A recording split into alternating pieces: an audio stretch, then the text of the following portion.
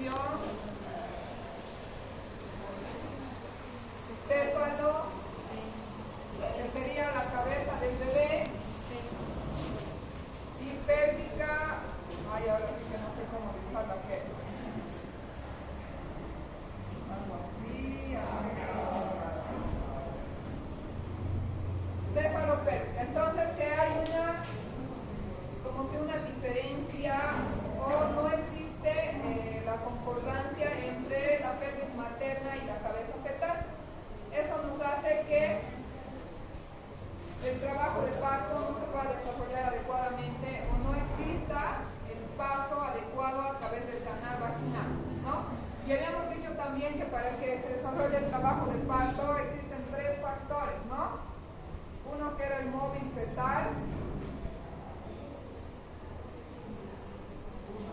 2, la pelvis materna, y 3, las contracciones. Entonces, cualquier alteración a nivel de uno de estos 3 puede hacer que el trabajo de parto no sea el fisiológico o el que deberíamos tener. Si la cabeza del bebé es muy grande en relación a la pelvis materna, o la pelvis materna es muy chiquita en relación a la cabeza, o si existen alteraciones en las contracciones uterinas. Las contracciones uterinas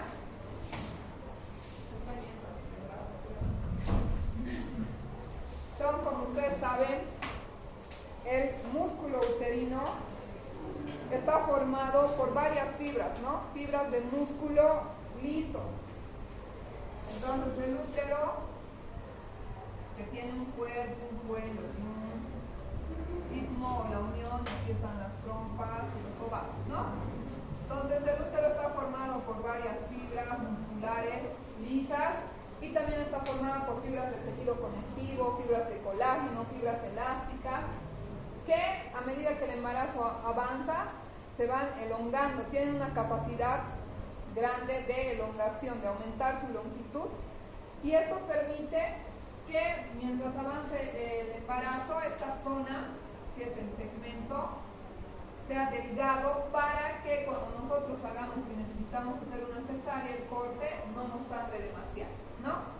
Ese es el segmento uterino, que también vamos a ver en el tema de cesárea. Pero todas estas fibras son como haces que tienen varias características. Una de ellas es la elasticidad, o sea que tiene la capacidad de poder distenderse o elongarse cuando son gemelos, por ejemplo, ¿no? Se jala tanto hasta 35, 36 centímetros. Tiene también la capacidad de contractibilidad, o sea que se contrae como cualquier otro músculo. ¿Alguna vez se les ha contraído un músculo? Entonces el músculo uterino también tiene esa capacidad, y esa es la que nos va a ayudar en el trabajo de parto a presionar para lograr la dilatación y el borramiento. También este se puede irritar, tiene la capacidad de irritabilidad y tiene la capacidad de retractibilidad, o sea, una vez que nosotros hayamos sacado al bebé, se retrae, se contrae nuevamente para poder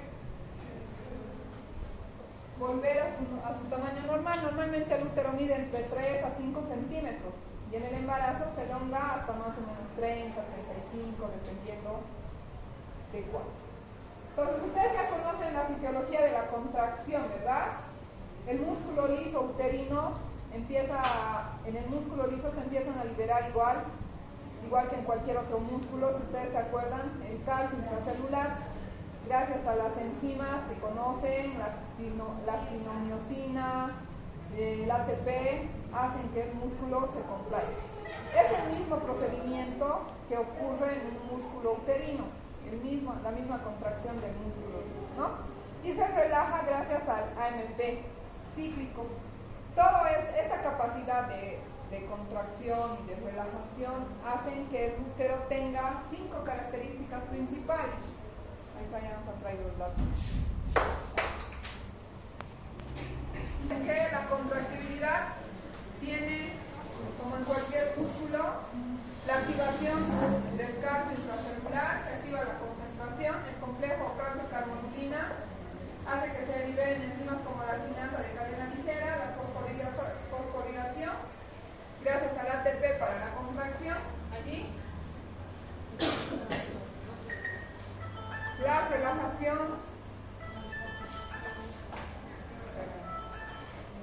Hola Sara, ¿las tiene?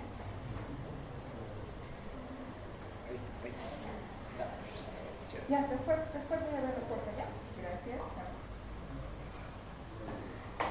Listo. Entonces, esto hace que el músculo uterino tenga 5 características que es importante que ustedes conozcan, porque van a ser las que evalúen, ya sea de forma práctica o que evalúen a través de un estudio que se llama el registro cardiotopográfico, que son una especie como un electrocardiograma que contiene en la parte superior los latidos cardíacos del feto y en la parte inferior las características de la contracción que ahora vamos a aprender. Entonces ustedes, si tienen la posibilidad de hacer un registro cardiotopográfico, tienen un aparato que es especial para conectar a la mamá, van a poder analizar esas características y darse cuenta si existe trabajo de parto, si existen variaciones de la frecuencia, si existen los dips. ¿Han escuchado alguna vez de los dips?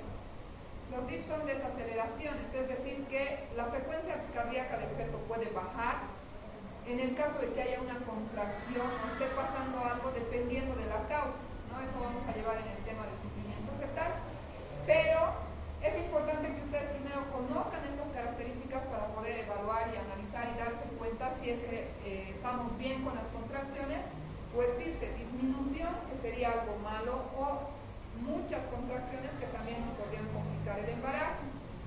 Entonces el tono es la presión en la cual el músculo se mantiene en reposo, es decir, entre contracción y contracción. El músculo uterino no es flácido, no está caído así. Si no tuviera un tono, estaría como que flácido y abajo. Entonces se mantiene en esa suposición y mantiene el útero en la posición gracias al tono, que es la presión en milímetros de mercurio, cuyo valor normal es entre 8 y 12 milímetros de mercurio. O sea que nunca vamos a tener una contracción, por ejemplo, que empiece en 0.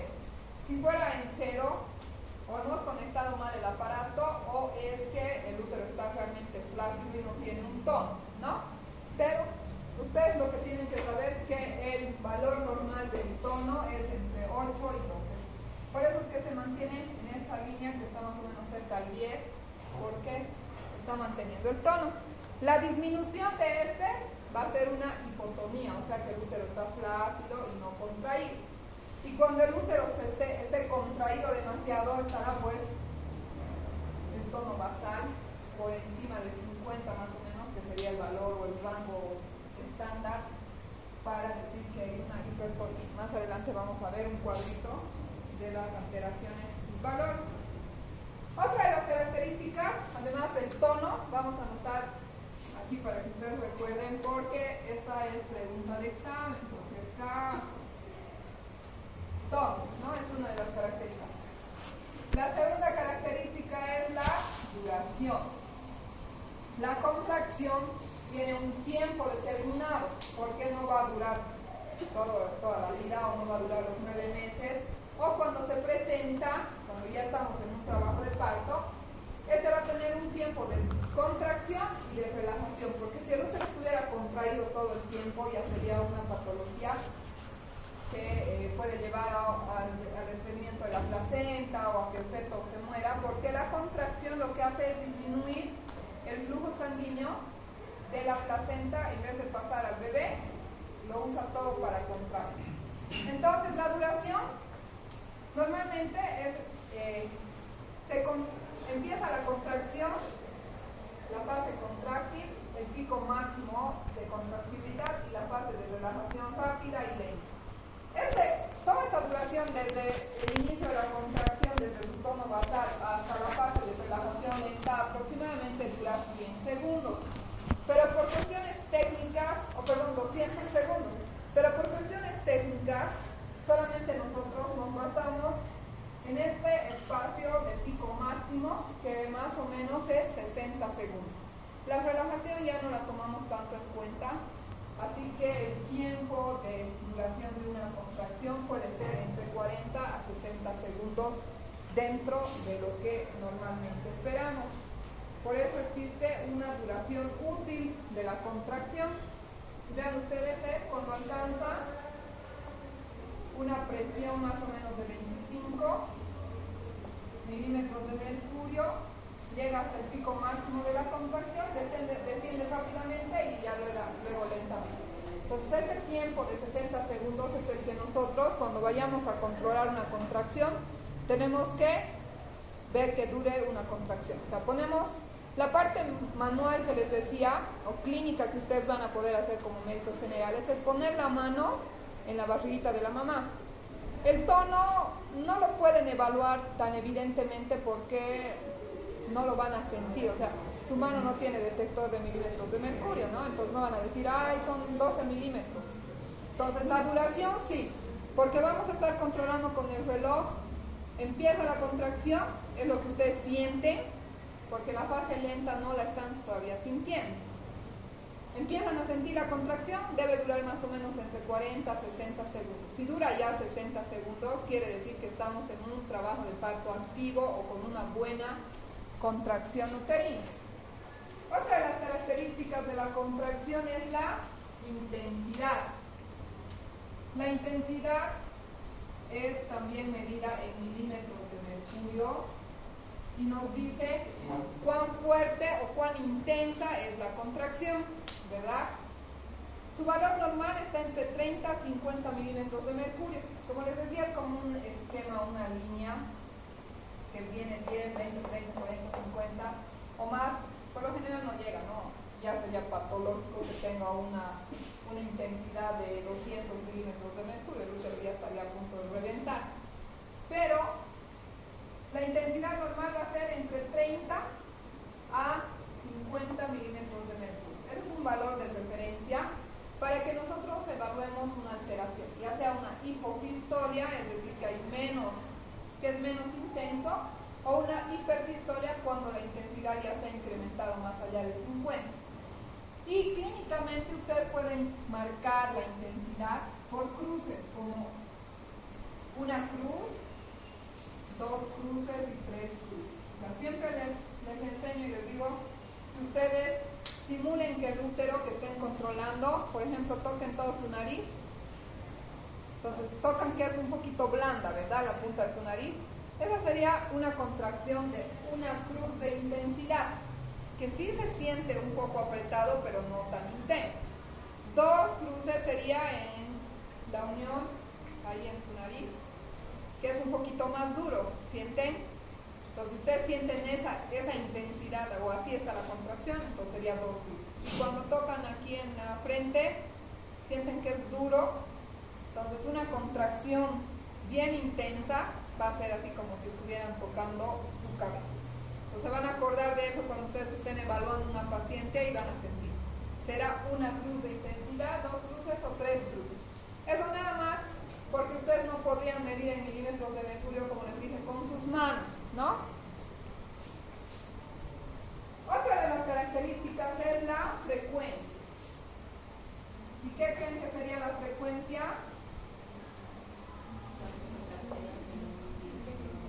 ¿Cuántas contracciones se repiten en un tiempo determinado? Para fines prácticos, siempre nosotros vamos a controlar en 10 minutos. En 10 minutos cuánto dura, cuántas contracciones hay. Por eso cuando ustedes vayan a hacer su evolución de las pacientes en trabajo de parto, van a poner cuánto tiene de altura uterina y la dinámica uterina, así nosotros llamamos, ¿no? La dinámica uterina puede ser la frecuencia, 2 contracciones, ponemos el toque, en 10 minutos de cuántos segundos de duración. Digamos que dura 40 segundos, ¿no? ¿Y cuánto de intensidad tiene esas contracciones? Digamos que es 3 cruces de intensidad, ¿no? Entonces eso quiere decir que esta paciente tiene 2 contracciones en 10 minutos de 40 segundos, 3 cruces de intensidad. Así es que ustedes tienen que abreviar más o menos todo lo que estamos aprendiendo ahora. La frecuencia normal en 10 minutos debe ser entre 3 a 5 contracciones. En este caso, la paciente está con una hiposistolia, ¿no? O una bradisistolia, porque solo tiene 2. Digamos que para que se acuerden, tiene 3. Entonces ahí ya sería un valor normal. Tiene 3 contracciones en 10 minutos, que es el tiempo que nosotros vamos a monitorizar, de 40 segundos de duración, 3 cruces de intensidad. Entonces ahí estamos evaluando las 3 características que nos llevan a pensar o a saber si estamos en un trabajo de parto o no. Si no tuviera contracciones, la dinámica uterina sería negativa, ¿no? O sea, está en su tono basal, no se contrae. La contracción es como si se estuviera apretando y sienten así como lo que les he enseñado, ¿no? O sea, el útero se cambia de consistencia. O puede ser una contracción, 5 contracciones, y eso es lo que ustedes van a ir monitorizando. Entonces la frecuencia es la cantidad de contracciones que se presenten durante 10 minutos. Por debajo de 3 va a ser la bradisistolia y por encima de 5 puede ser una taquisistolia. Y por último, la última característica, y que en realidad es nada más que estas dos juntas, que mide la actividad uterina. Pero estas son las 5 características de la contracción uterina. La actividad uterina es la frecuencia por la intensidad, cuyo valor normal va a ser, parece matemáticas, ¿no? Entre 120 a 250 unidades Montevideo. Esa es la unidad que lo han determinado, ¿no? Puede ser, no sé, 120, 250 tomates, pero en este caso el que ha hallado esto es Montevideo y por eso le ha puesto unidades Montevideo. Entonces el valor normal va a ser 120 a 250. Eso quiere decir, para un ejemplo y para que se den cuenta, una frecuencia adecuada habíamos dicho que por ejemplo es 4 contracciones, ¿verdad? Está dentro del rango de la actividad y de una buena actividad.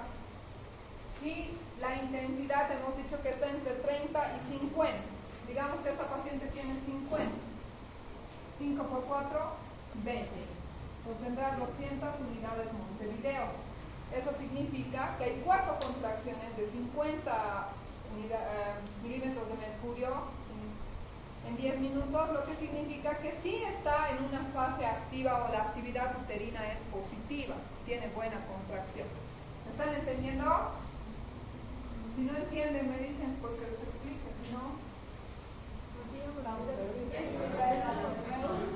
¿Qué?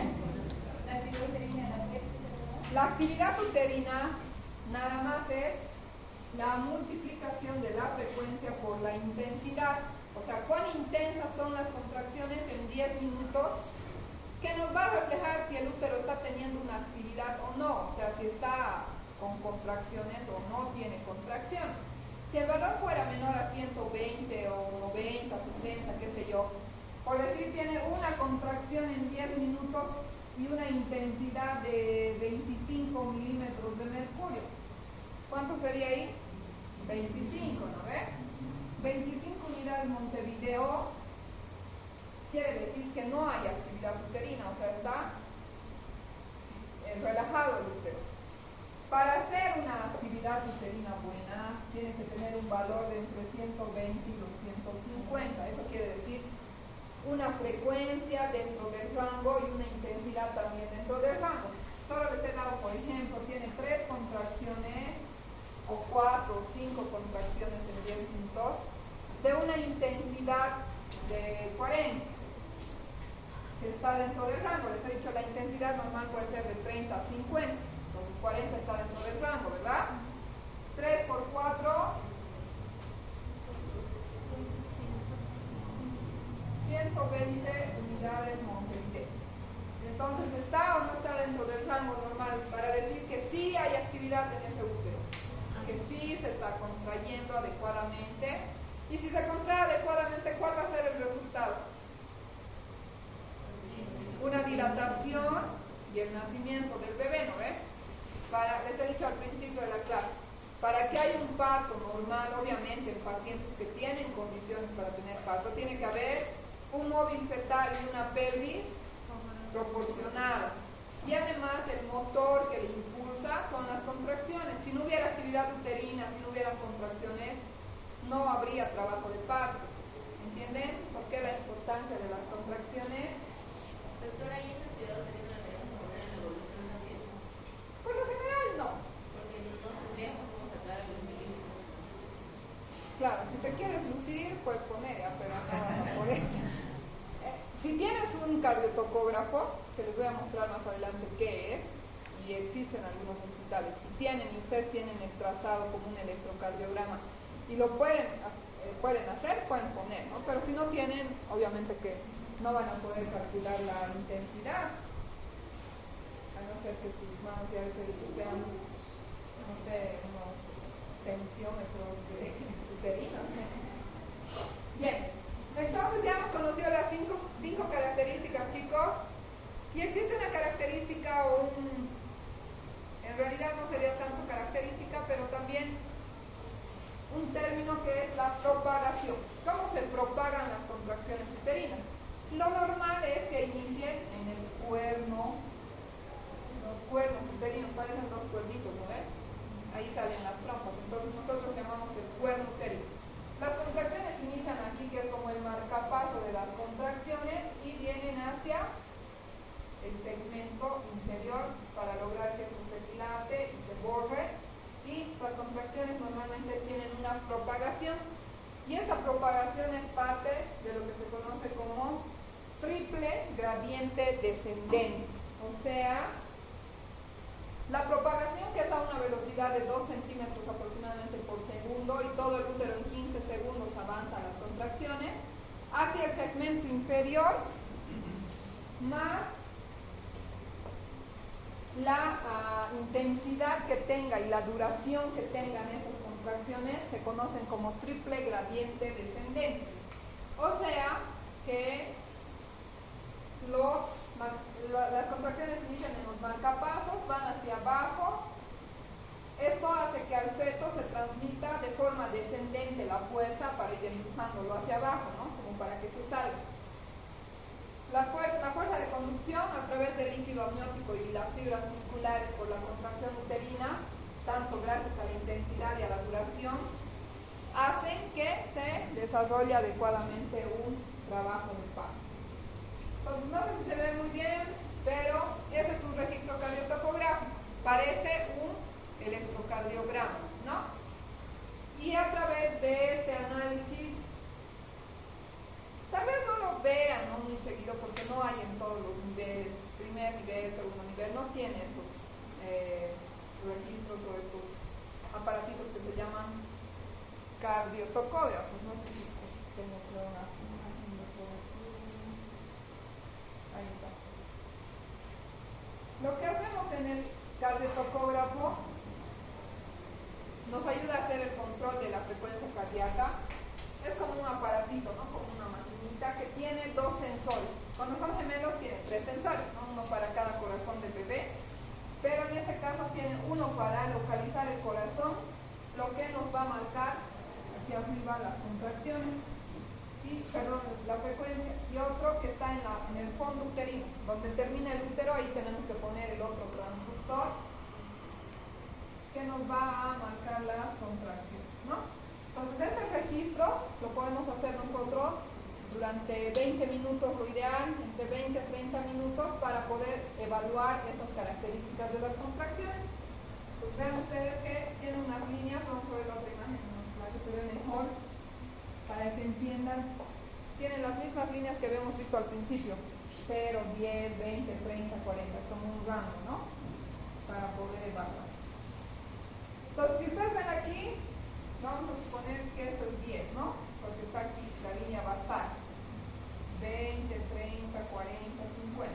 20, 30, 40, 50. Entonces, si ustedes ven acá, digamos que hasta aquí son los 10 minutos, ¿no? Vean ustedes que esta primera contracción, por ejemplo, mide 30. Luego esta mide 45. Esta otra 30, 50, 40, 20, y esto todavía se ha subido un poco más. Entonces, si nosotros conectamos al fondo uterino, contracciones que va marcando. La paciente solita se contrae y el aparatito capta la presión y marca. Y aquí arriba tenemos la frecuencia cardíaca. Igual viene así como 100, 110, 120, 130, 140, 150, ¿no? 160 y hasta el rango casi nadie llega hasta 200 o más porque ya estaríamos en un sufrimiento fetal. Entonces esto va monitorizando la frecuencia cardíaca del feto, sube y baja. Cuando llevemos el tema de sufrimiento vamos a ver que hay desaceleraciones y esos son los bits que les decía, digamos que baja. Hay una contracción y la frecuencia cardíaca baja del fetito, menos de 100 en este caso, y eso significa que está habiendo una variabilidad de la fotocardia y puede ser sinónimo de sufrimiento, pero eso ya para más adelante. Ahora lo normal quiere decir que hay los latidos cardíacos que también se registran en este aparatito y nos permiten evaluar. Si tenemos este registro, nosotros vamos a poder decir, hay 1, 2, 3, 4, 5, 6, 7, esto en 20 minutos, digamos, ¿no? Porque si no ya estaríamos en una polishistoria. En 20 minutos, la mitad, en 10 hay 4. Entonces la dinámica uterina en este caso serían 4 contracciones en 10 minutos. La media vamos a sacar, porque no vamos a decir de 20, de 30, de 50, ¿no? Como hemos visto. Por decirle la media es 45, de 45 milímetros de mercurio. Esa sería adecuadamente la evolución o las características de la contracción uterina. Si tenemos ese aparato. Entonces, si va a haber alteraciones en estas 5 características, vamos a tener menos o más contracciones, ¿no? Lo que va a reflejarse en una bradisistolia o en una taquisistolia si son más de 5 contracciones. Taqui y bradi si son menos. Es nada más como en semiología o en que les han enseñado taqui más, ¿no ven? Bradi menos, hipo menos, hiper más. Lo mismo solo que con los rangos de valor normal que ustedes ya están conociendo. Entonces, entre 8 y 12 hemos dicho que es el tono normal en el trabajo de parto. Si está menos de 8 el tono, en estas, por ejemplo, ¿no? Aquí, vean, ha bajado, por decir que aquí estuviera el 10. Entonces aquí vemos que el tono está disminuido, en ese caso tendríamos una hipotonía. Si estuviera por encima el tono más aumentado sería una hipertonía. Tampoco es que se vayan a enloquecer con estos términos, con que sepan, en resumen les voy a decir, en 2 grandes grupos ya estamos felices, ¿no? Si hay variación en la intensidad, si disminuye la intensidad a menos de 10 a 20 milímetros de mercurio, estamos hablando de una hiposistolia. Y si aumenta más de 50, llega a 70, 80, sería una hipersistolia.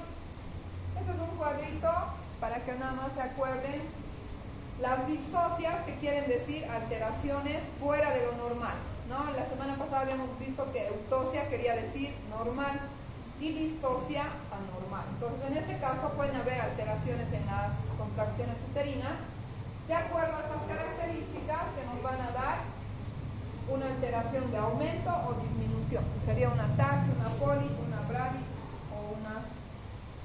o una hiper o una hiper o hiperdistosia.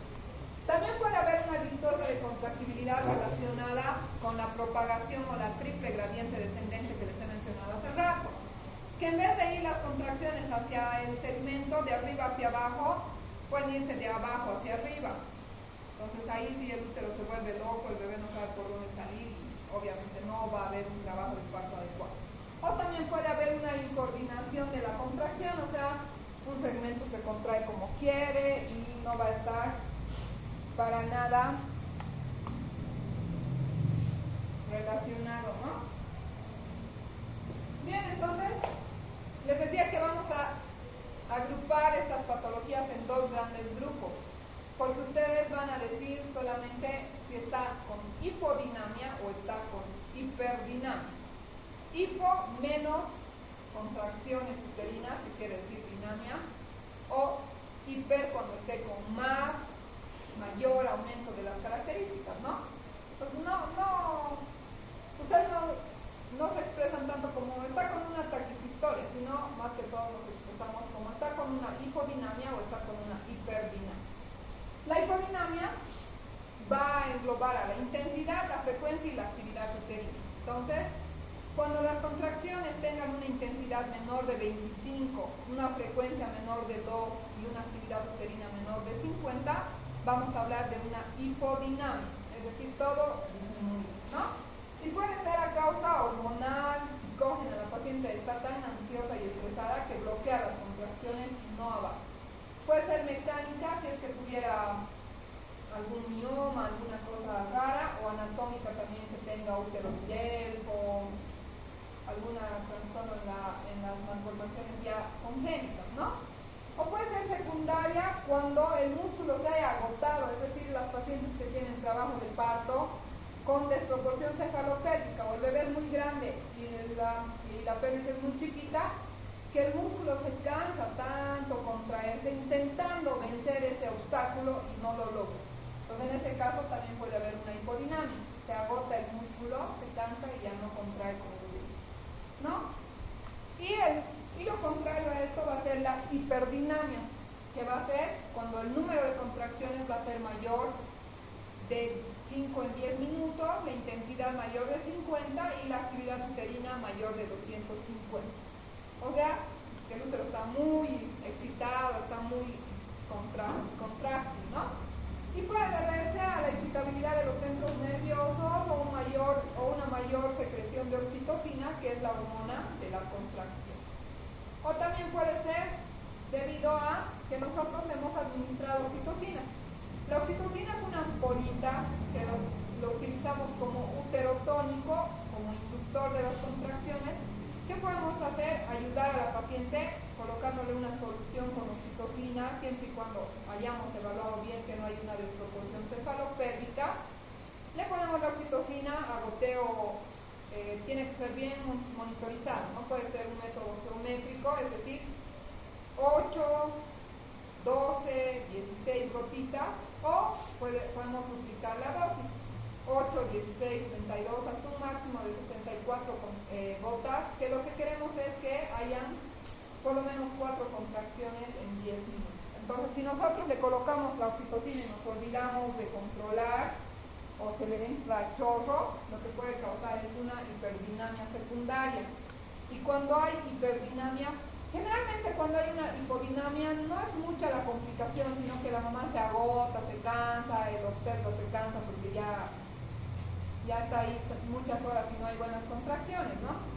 Cuando hay hiperdinamia, ahí sí pueden haber mucho más complicaciones, porque les decía que le llega menos oxígeno al bebé a través de la sangre, porque el útero al contraerse traslada toda la sangre hacia el músculo para ayudarle en su contractibilidad y disminuye el flujo placentario hacia el bebé. Entonces puede haber un sufrimiento.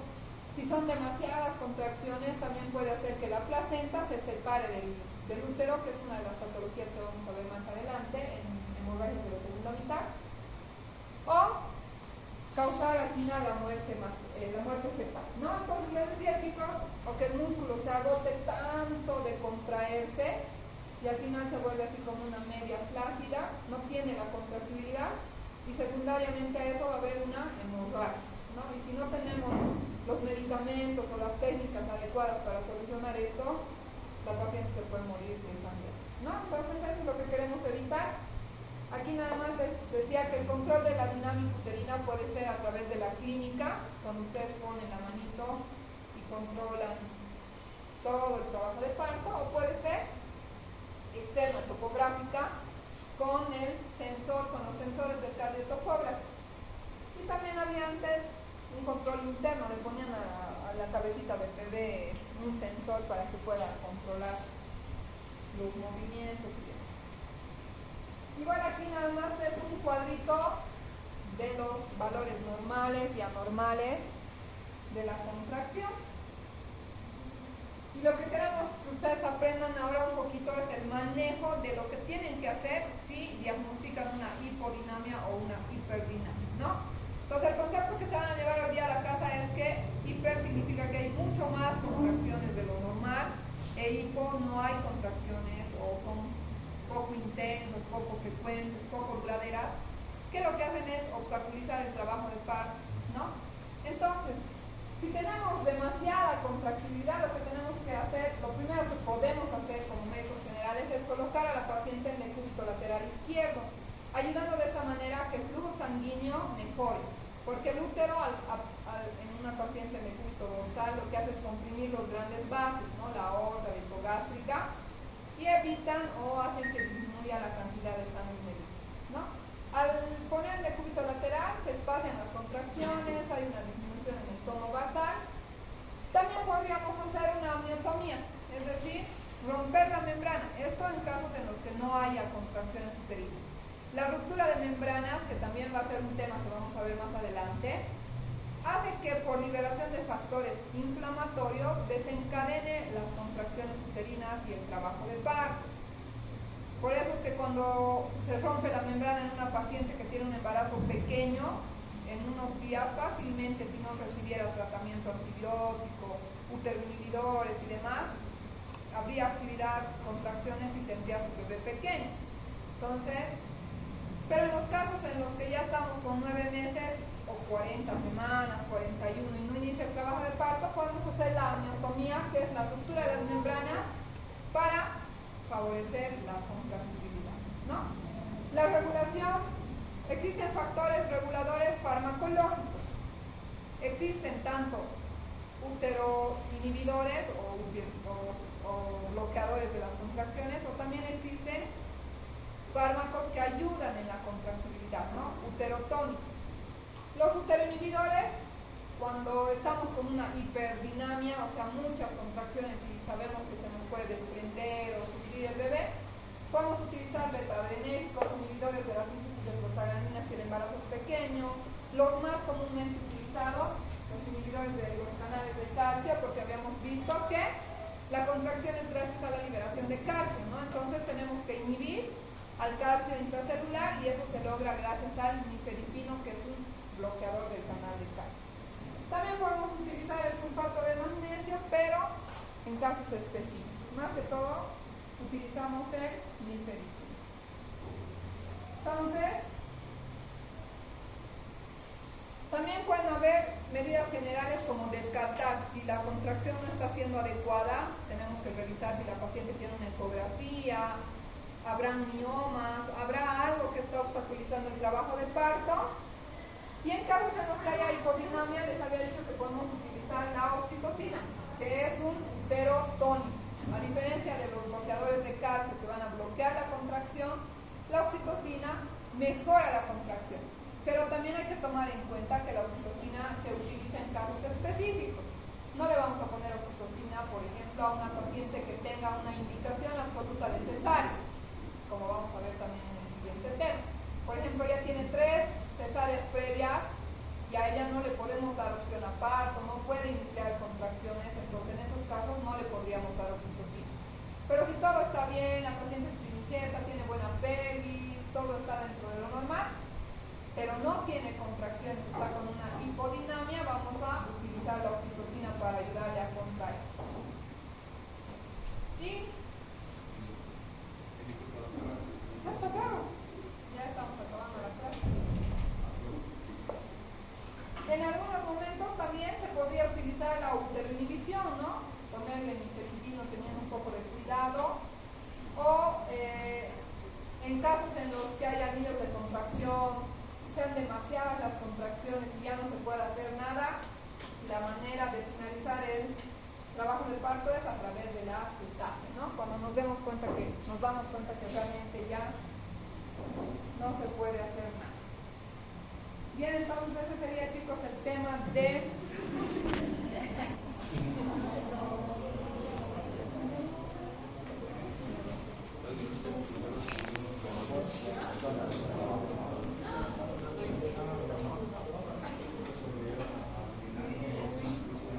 ya no vas a llevar mi trabajo, sí, mi perrita igual se come todo lo que lleva. Bien, entonces, chicos, el mecanismo de trabajo de parto, les dije al principio, nos sirve para poder decidir si nosotros le damos chance a parto a una paciente o tiene que ser cesárea.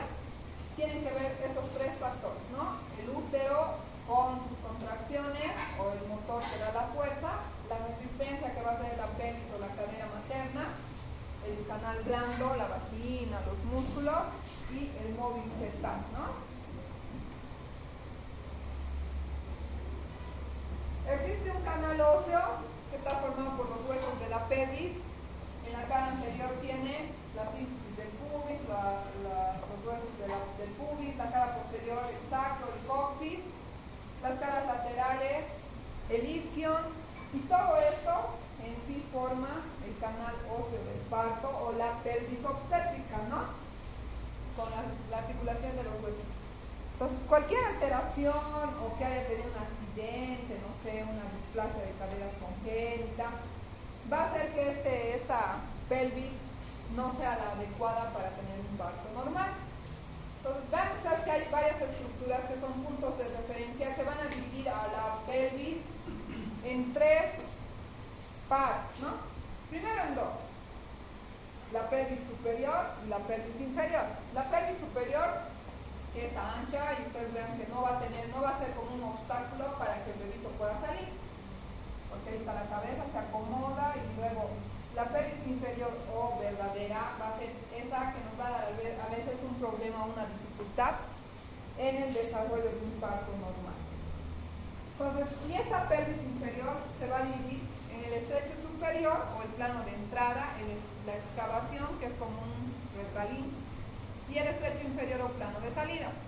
Ya les había dicho la vez pasada igual que la pelvis no es como un cilindro y el bebé es un rollito que sale a través del cilindro, ¿no? Como tiene variaciones en sus diámetros, y la pelvis también puede tener variaciones, entonces eso puede dificultar un poco un trabajo de parto normal. El estrecho superior, el estrecho medio y el estrecho inferior tiene varios diámetros, es decir, medidas transversas, oblicuas, que hacen que estas tengan que coincidir o que sean, digamos, acorde al tamaño de la cabecita, especialmente fetal. Es decir, que recordemos que la circunferencia o la medida de la cabecita es más o menos de 10.5, 10, 9.5, ¿no?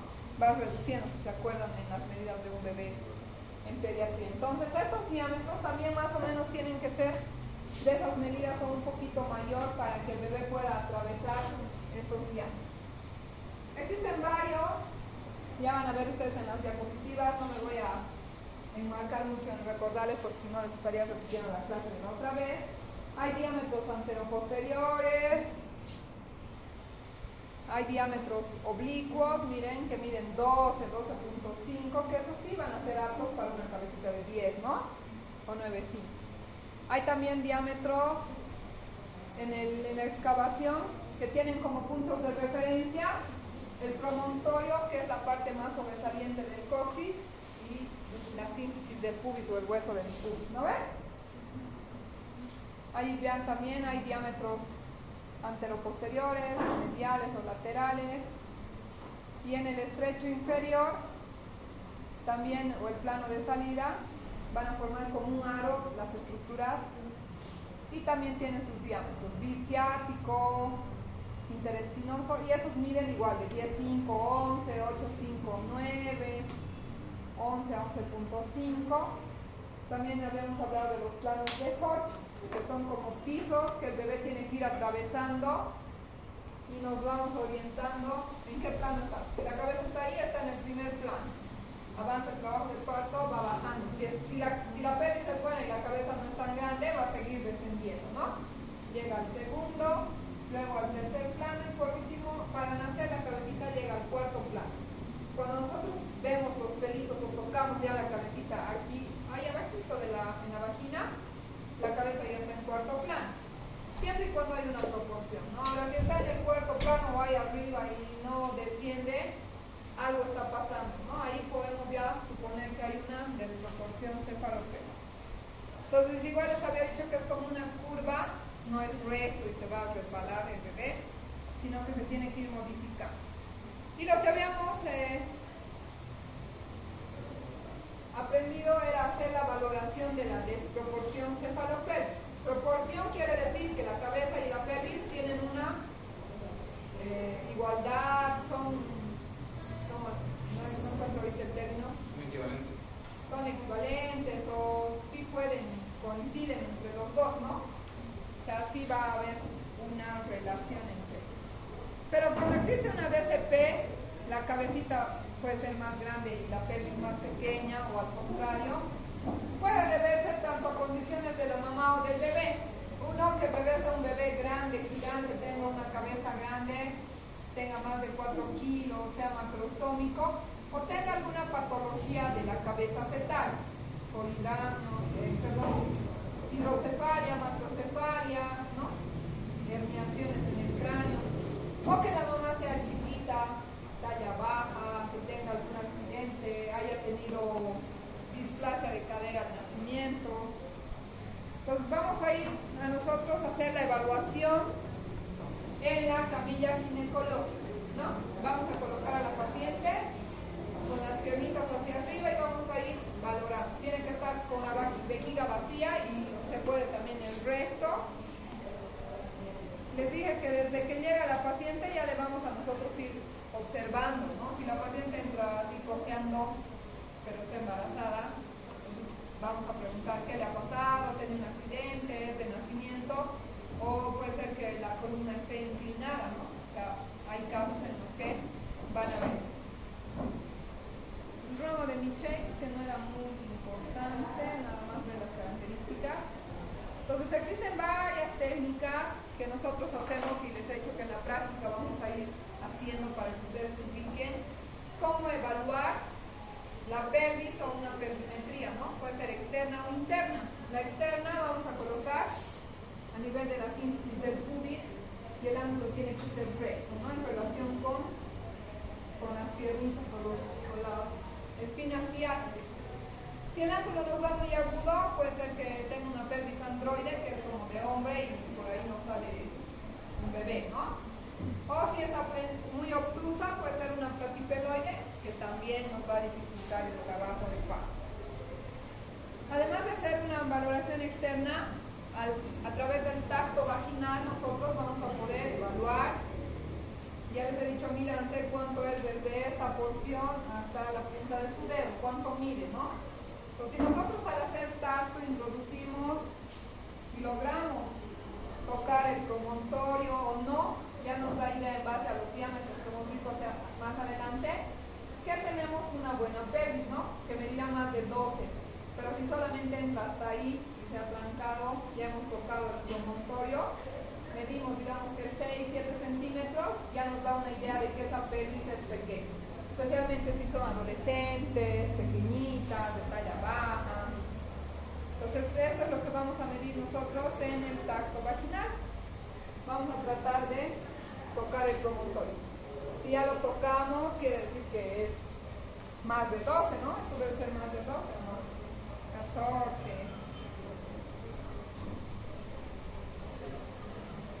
Entonces, gracias a esas medidas, cuando existen medidas menores de lo que esperamos, vamos a pensar en que haya una estrechez pelviana o una desproporción cefalopélvica. Pero lo que quiero que entiendan bien es estos gráficos. Cuando existe proporción, habíamos dicho que las dos se van a relacionar y no existe ningún problema. Vean que la cabecita entre el pubis y el promontorio tiene incluso espacio aquí para poder bajar. Tiene esta una pelvis enorme. No sé, debe ser de Shakira o una colombiana. Tiene una pelvis buena. Entonces existe una proporción, ¿no? Ahí no pasa nada, ahí sí hay un parto normal. En este segundo grado existe una desproporción leve, porque si se fijan, la cabecita está un poquito sobresaliendo a la sínfisis del pubis. Y ustedes clínicamente se van a dar cuenta cuando evalúen la cabecita fetal al hacer las maniobras de Leopold. Si sienten que la cabeza está aquí arriba de la sínfisis, se está saliendo, ahí hay una desproporción, ¿no? Porque está sobre la pelvis, o sea, ahí nunca sale. Si está ahí adentro encajada, entonces sí hay una proporción. Cuando hay una desproporción leve, un poquito está sobresaliendo, pero si nosotros empujamos la cabecita, como en esta imagen, empujamos, sí logra entrar al eje de la sínfisis del pubis. Va a haber ya desproporción moderada o severa cuando veamos esto. Ahí ya más de la cabeza está hacia afuera, o sea, ni empujando hacia abajo no va a poder encajarse. Y una desproporción franca o ya absoluta va a ser cuando veamos así, una cabeza saliendo aquí arriba. obviamente bajo la piel, ¿no? Lo sienten ustedes, se nota, ya decimos no, esta paciente no va a poder tener parto normal. En esos casos, como ustedes no van a poder hacer cesárea, tendrán que enviar a la paciente a donde corresponda, ¿no? Al especialista, a otro sistema de otro nivel. Y en resumen, cuando es proporcional, cuando los dos están bien relacionados, podemos darle un parto vaginal. Cuando hay una desproporción leve a moderada, podemos dejar que unas horitas esté en prueba de trabajo de parto, que es dejarle que tenga contracciones y ver si este avanza. O cuando ya es una desproporción franca en donde es evidente que no se va a encajar ni que van a hacer, decidimos por la cesárea. Entonces, eso, chicos, lo que les voy a recordar de la clase pasada, los faltones que no han venido.